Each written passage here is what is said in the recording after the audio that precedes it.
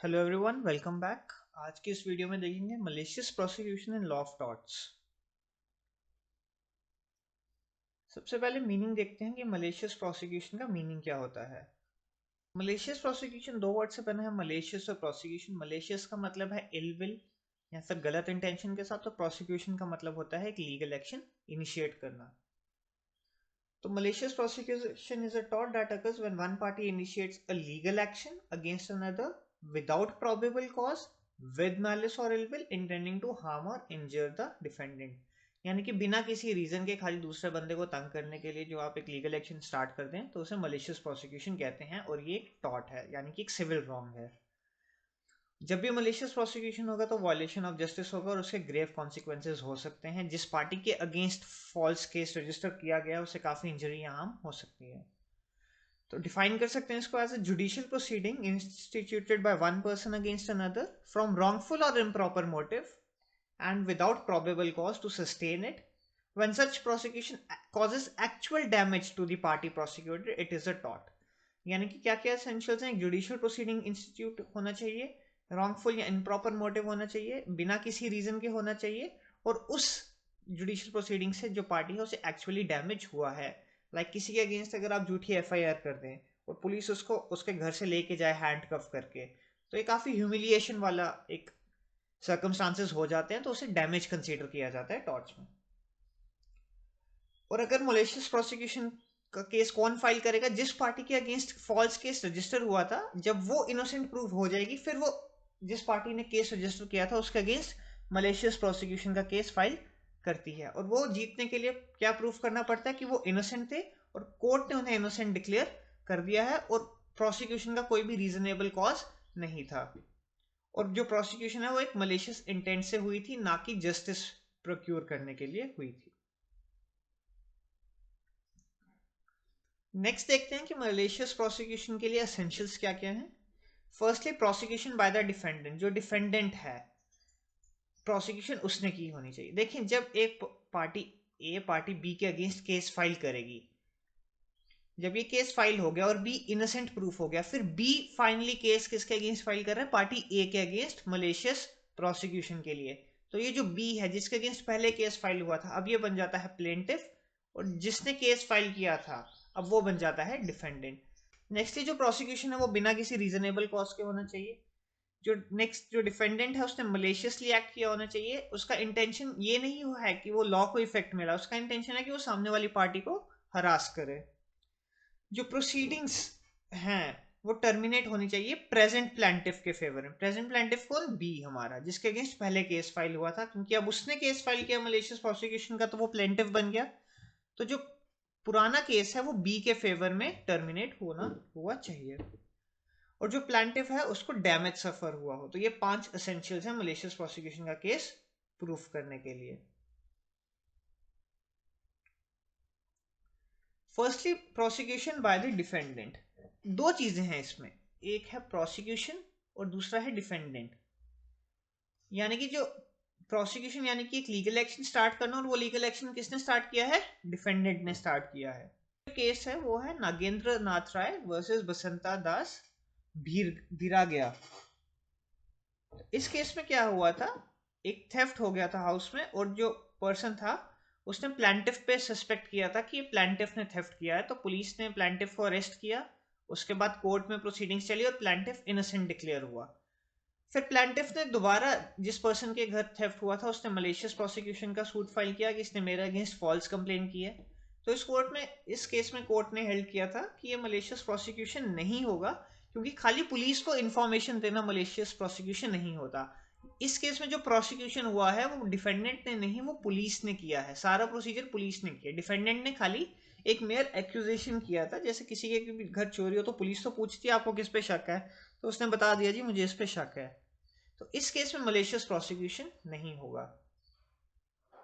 Next है T S भट्टा versus A के भट्टा। इस केस में डिफेंडेंट ने प्लेंटिफ के अगेंस्ट एक केस फाइल किया, फिर उस केस के लिए वो सेशंस कोर्ट में गया, फिर उसकी रिवीजन के लिए वो हाई कोर्ट में भी गया, और फिर फाइनली जो प्लेंटिफ था वो इनोसेंट डिक्लेयर हो गया, और जो डिफेंडेंट था उसने अपने आप को एज विटनेस भी प्रेजेंट किया। तो इस केस में कोर्ट ने कहा कि ये जो बार बार प्रोसिक्यूशन आ रहा है ये डिफेंडेंट खुद इनिशिएट कर रहा है, और डिफेंडेंट को ये पता था कि ये जो क्लेम है उसका वो फॉल्स क्लेम है, यानी कि डिफेंडेंट की यहाँ पे इल विल थी।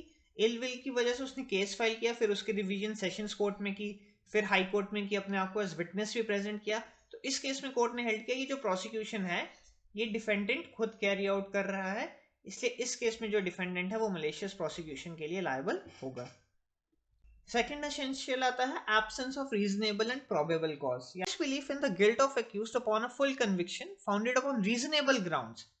यानी कि अगर एक ऑनेस्ट बिलीव है कि जो अक्यूज है वो गिल्टी है और उसके रीजनेबल ग्राउंड्स हैं of existence of circumstances which assuming them to be true would reasonably lead to any ordinary prudent person placed in the position of the accused to the conclusion that the person charged was probably guilty of the crime imputed। देखिए reasonable और probable cause क्या होता है कि जब एक honest belief है कि सामने वाला इंसान गिल्टी है और उस इंसान और जिसको ये बिलीफ है उसकी जगह अगर कोई भी ऑर्डिनरी रीजनेबल मैन होता उसको भी यही लगता कि ये सामने वाला इंसान गिल्टी है, तो उसे कहा जाता है रीजनेबल और प्रोबेबल कॉज। पर जब ये रीजनेबल और प्रोबेबल कॉज एब्सेंट होता है तब मलिशियस प्रोसिक्यूशन होगा। इसमें केस है हेतराम वर्सेस मदन गोपाल। इस केस में क्या हुआ, डिफेंडेंट ने एलेज किया कि जो प्लेंटिफ है उसने डिफेंडेंट के हाउस को फायर पे कर दिया, पर इसके अगेंस्ट कोई एविडेंस नहीं मिला, तो इसलिए कोर्ट ने कहा कि ये मलेशियस प्रोसिक्यूशन है, इलविल से स्टार्ट हुआ था, और कोर्ट ने 55,000 का इस केस में कंपनसेशन ग्रांट किया था प्लेंटिफ को, क्योंकि जो एलिगेशंस थे वो बिना किसी रीजनेबल और प्रोबेबल कॉज के थे। ये बर्डन ऑफ प्रूफ प्लेंटिफ पे लाई करता है कि वो प्रूफ करे कि रीजनेबल और प्रोबेबल कॉज यहाँ पे एब्सेंट था। थर्ड एसेंशियल आता है मैलिस। मैलिस यानी कि इल विल, गलत मंशा, गलत इंटेंशन, किसी से बदला लेने की चाहत, यानी कि फालतू में किसी को तंग करने के लिए जी केस फाइल कर। It has to be prove there was malice of some indirect और इलेजिटिमेट मोटिव, यानी कि जो मोटिव था डिफेंडेंट का वो ये नहीं था कि वो लॉ को फोर्स में लाए, उसका ये मोटिव था कि वो सामने वाली पार्टी को हरास करे, उसे मैलिस कहा जाता है। The primary purpose was something other than to bring the law into effect, यानी कि लॉ इफेक्ट में लाना मोटिव नहीं है, कुछ और मोटिव है। It means that the defendant is actuated not with the intention of carrying law into effect but with an intention which was wrongful in point of fact, यानी कुछ गलत इंटेंशन से किया गया केस। इसमें केस है Bhogilal versus Saroj बहन, ये 1979 का केस है, और ईयर मैं पहले क्यों बता रहा हूँ अभी पता चल जाएगा। इस केस में ए ने अग्री किया कि वो बी का हाउस परचेज करेगा 15,000 रुपीज में। अब हाउस 15,000 रुपये में आज के टाइम में नहीं मिलता, तभी मैंने पहले ईयर क्लैरिफाई कर दिया था। और इसके लिए उसने 2,000 रुपीज अर्नेस्ट मनी यानी कि जो बयाना कहते हैं जिसे, वो पे कर दिया था। अब बी भाई साहब ने यहाँ पे चालाकी की, उन्होंने ये ए को बताया ही नहीं कि ये हाउस पहले से मॉर्गेज है। मॉर्गेज का मतलब गिरवी किया हुआ है। जब ए को ये पता चला कि बी का हाउस पहले से ही मॉर्गेज है, तो उसने आईपीसी 420 के अगेंस्ट बी पे केस फाइल कर दिया। आईपीसी 420 यानी कि चीटिंग, आईपीसी की धारा 420 कहते हैं जिसे, चीटिंग के लिए ए ने बी पे एफआईआर लॉन्च कर दी। अब बाद में जब बी एक्विट हो गया, बी इनोसेंट प्रूव हो गया, तो बी ने ए के ऊपर फर्दर केस कर दिया, किसका, मलेशियस प्रोसिक्यूशन का। अब बी हमारा कौन बन गया, प्लेंटिफ, ए कौन बन गया, डिफेंडेंट। अब बी ने किस पे केस फाइल कर दिया, ए पे, मलेशियस प्रोसिक्यूशन के लिए। पर कोर्ट ने इस केस में कहा कि इस केस में ए की जगह कोई और भी होता तो उसे भी यही लगता कि बी ने उसके साथ चीटिंग की है, तो इसलिए जो यहाँ इस केस में इल विल एब्सेंट है, यहाँ पे कोई भी गलत इंटेंशन नहीं थी ए की, इसलिए ये मलेशियस प्रोसिक्यूशन नहीं होगा। नेक्स्ट है termination of proceedings in favour of plaintiff, यानी कि जो एफआईआर लॉन्च हुई है, जो भी लीगल प्रोसिक्यूशन हुआ है प्लेंटिफ के अगेंस्ट, वो किसके फेवर में टर्मिनेट हो, प्लेंटिफ के अगेंस्ट टर्मिनेट हो। और यहाँ पे जब भी हम प्रोसिक्यूशन बोल रहे हैं, हम क्रिमिनल प्रोसिक्यूशन की बात कर रहे हैं, हम सिविल एक्शन की बात नहीं कर रहे। If the plaintiff has been convicted, he cannot bring an action for malicious prosecution। अगर प्लेंटिफ के अगेंस्ट केस हुआ और कोर्ट ने उसको कन्विक्ट कर दिया, सजा सुना दी, फिर वो मलेशियस प्रोसिक्यूशन का केस नहीं ला सकता। वो कब ला सकता है, टर्मिनेशन है वो इन फेवर ऑफ प्लेंटिफ हो। Termination in favour of plaintiff कब हो सकती है, जब वो एक्विट हो जाए, या फिर जो कन्विक्शन है वो क्वैश हो जाए, जो सजा दी थी वो हायर कोर्ट उसको क्वैश कर दे, यानी कि डिसमिस कर दे, या फिर प्रोसिक्यूशन डिसकंटिन्यू हो जाए, या फिर जो एक्यूज है उसको डिस्चार्ज कर दिया जाए, उसके चार्जेस खत्म कर दिए जाएं। इसमें केस है सुगन कन्वर वर्सेस राकेश, इस केस में कोर्ट ने कहा था कि खाली अगर प्लेंटिफ एक्विट हो रहा है उसका ये मतलब नहीं है कि वो मलेशियस प्रोसिक्यूशन के डैमेजेस क्लेम कर सकता है।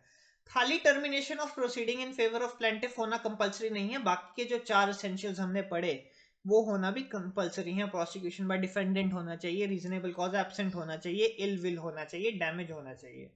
खाली ये वाला एसेंशियल फुलफिल होने से मलेशियस प्रोसिक्यूशन का केस फाइल नहीं हो सकता। इस केस में क्या हुआ था कि जो प्लेंटिफ था उसके अगेंस्ट एफआईआर हुई थी कि उसने डिफेंडेंट के मदर के घर जाके उनके साथ बदतमीजी की और मारपीट की। तो बाद में लैक ऑफ एविडेंस की वजह से प्लेंटिफ को एक्विट कर दिया गया और उसने बाद में मलेशियस प्रोसिक्यूशन का केस फाइल कर दिया।